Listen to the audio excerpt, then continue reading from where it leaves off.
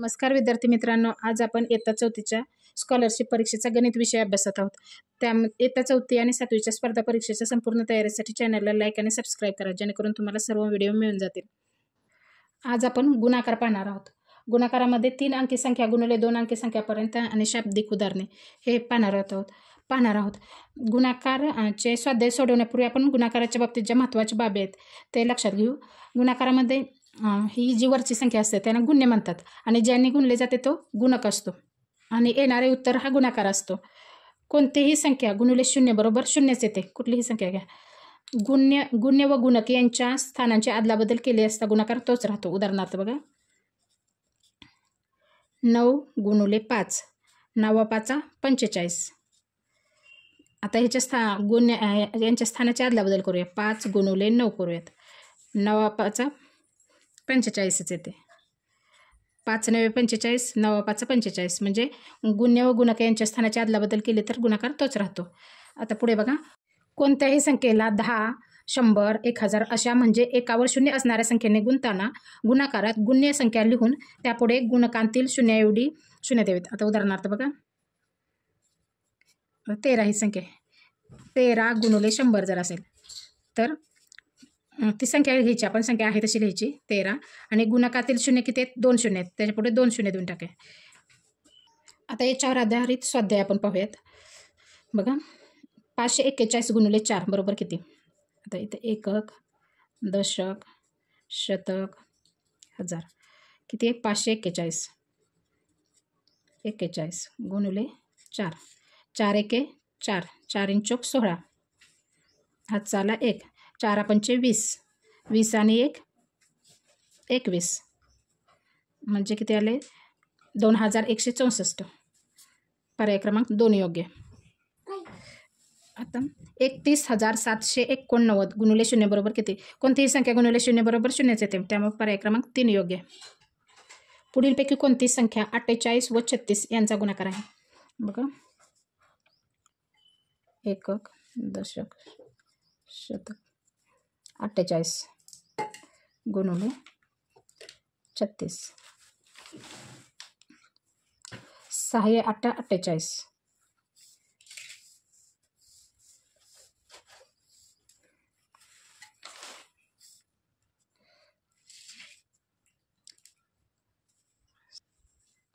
आठ राहिले, हातचे आले 4, 6 × 24, 24 आणि 4 28, हातचे आले 2. ते इथं तसेच घ्यायचे. इथं शून्य तरी लिहायचं किंवा असं क्रॉसचं साईन तर द्यायचं. आता बघा, 3 8 24, हातचे आले 2, 3 चौक 12, 13 14,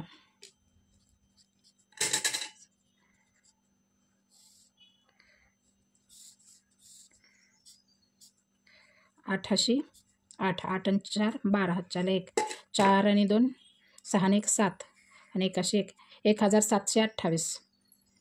1728 म्हणजे पर्याय क्रमांक 1 योग्य. तर बघा, 46 गुणिले 20 व 96 गुणिले 20 या गुणाकारामधील फरक किती? तर 46 गुणिले 20, 20 सख 20 असे म्हणजे हातचे आले 12, 20 चौक 80, 80 आणि 12 92. आता 96 गुणिले 20, 20 सख 20 असे म्हणजे 120, हातचे आले 12 आणि खाली 0, 20 90 180 आणि 12, 180 आणि 12 ते आले 192.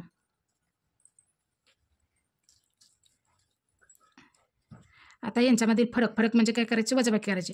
इथं 920 आहे, 920 मधून 920 घेत जातात म्हणजे 1000 राहतात. बघा, 920 वजा 1920 वजा 920 म्हणजे किती राहिले?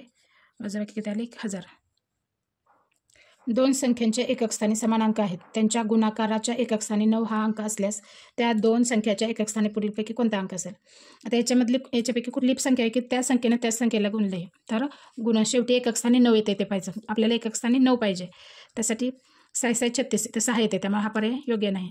7 7 49, 49 येते, म्हणजे एकक स्थानी 9 येते, त्यामुळे 7 बरोबर आहे. 8 8 64 एकक स्थानी 4 येते, त्यामुळे हा पण पर्याय योग्य नाही. 99 81 81मध्ये एकक स्थानी 1 येते, म्हणजे दोन संख्येच्या एकक स्थानी समान अंक आहे, त्यामुळे त्याच संख्येने त्याच संख्येला गुणायला पाहिजे. म्हणून एकक स्थानी त्याच संख्येने त्याच संख्येला गुणल्यावर एकक स्थानी 9 कुठल्या पर्यायामधून येते, तर 7 मधून येते. त्यामुळे पर्याय क्रमांक 2. आल्हादने जो गुण्य मानला तो आर्यनने गुणक म्हणून घेतला, तसेच आर्यनने जो गुण्य मानला तो आल्हादने गुणक म्हणून घेतला, तर दोघांच्या गुणाकारात किती फरक पडला?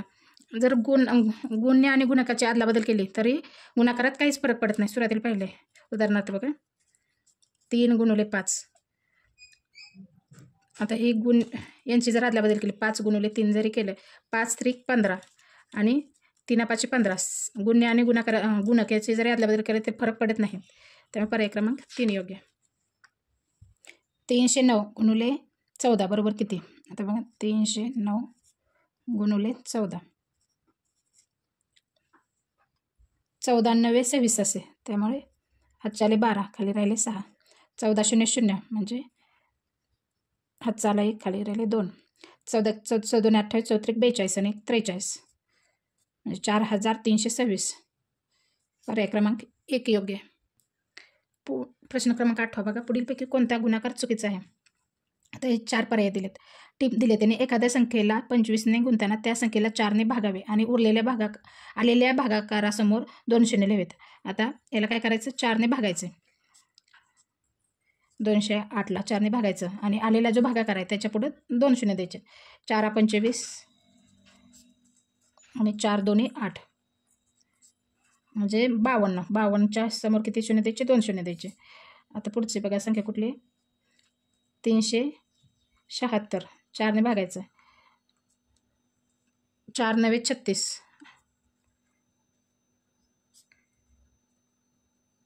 4 चौक 16 म्हणजे 96 पुढे किती द्यायचे? शून्य, 2 शून्य द्यायचे. आता पुढचा बघा, 112. 4 2 8, 3 राहिले शिल्लक आणि 4 8 32. आता 28 पुढे किती शून्य द्यायचे? 2 शून्य द्यायचे. पर्याय क्रमांक 3 बघा, 148 भागिले 4. 4 त्रिक 12, 4 7 28 म्हणजे 37. पुढे किती द्यायचे? शून्य, 2 शून्य द्यायचे. कुठला पर्याय चुकीचा आहे? पहिल्या पर्यायाला बरोबर आहे, दुसरा बरोबर आहे, तिसरा 4 नंबरचा पर्याय चुकीचा आहे. कुठला गुणाकार चुकीचा आहे? 4 नंबरचा. आता 4 शतक. 4 शतकमध्ये किती? शतकामध्ये 2 शून्य असतात पुढे. आणि 6 दशक. 6 दशक म्हणजे पुढे 1 शून्य. आता किती आले? 3 शून्य देऊन घ्यायचे. 6 चौक 24 म्हणजे 24,000. 24,000. पर्याय क्रमांक 3 योग्य. आता बघ, पुढीलपैकी कोणता गुणाकार 234 गुणिले 50 या गुणाकार एवढा आहे? 234 गुणिले 50 करायचे. कुठल्याही संख्येने शून्याला गुणले तर गुणाकार शून्यच येतो. 5 चौक 20, हातच्या आले 2. 5 त्रिक 15 17, हातच्या आले 1. 5 2 10 आणि 1 11.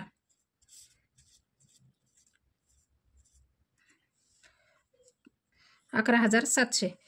आता किती? 117 गुणिले 100. पुढे 2 शून्य आहेत म्हणजे 117ला 100ने गुणले तर किती येते गुणाकार? 11,700 येते. त्यामुळे पर्याय क्रमांक 2 योग्य. 16 दशक. 16 दशक म्हणजे दशकासमोर किती शून्य असतात? 1 शून्य असतो.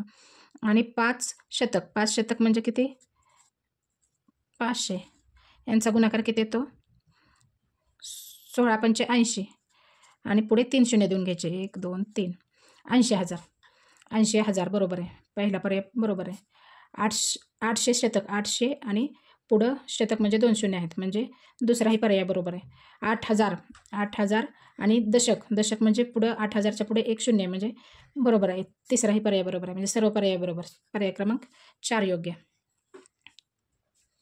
आता 529 गुणिले 3 अधिक 529 गुणिले 7 बरोबर किती?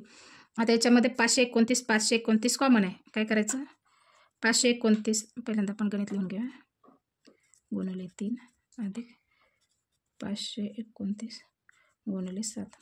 याच्यामध्ये कॉमन काय आहे ते काढून घ्यायचं आहे. सॉरी 29 आहे. कॉमन काय 529. आणि चौकोनामध्ये काय करायचं, ब्रॅकेटमध्ये काय करायचं, त्यांच्यामध्ये कुठल्या चिन्ह गुणाकाराचे 3 + 7 लिहून घ्यायचं. 529 आणि ह्यांची बेरीज किती आली, 10 आली. यांच्यामध्ये गुणाकाराचे चिन्ह असते म्हणजे 529 गुणिले 10. पर्याय क्रमांक 4 योग्य.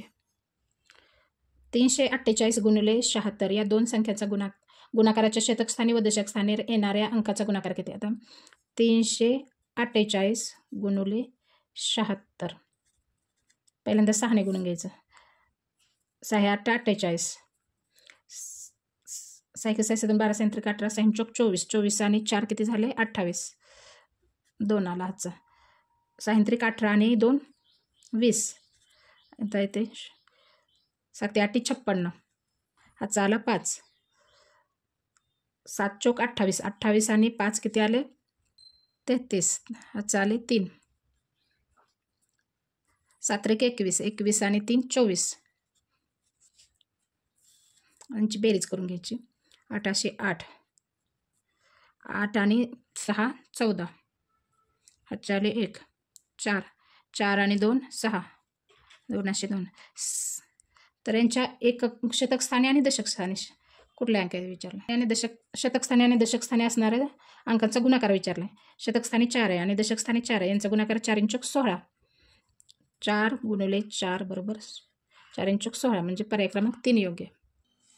आता 6 5 स्टार गुणिले 1 स्टार बरोबर 11,169. तर स्टारच्या जागी कोणता अंक येईल. आता बघा याच्या अंकी समान अंक असला पाहिजे. इथं जो अंक आहे तोच इथं हे असला पाहिजे आणि त्यांचा गुणाकार त्यांच्या एकक स्थानी गुणाकाराच्या एकक स्थानी 9 असलं पाहिजे.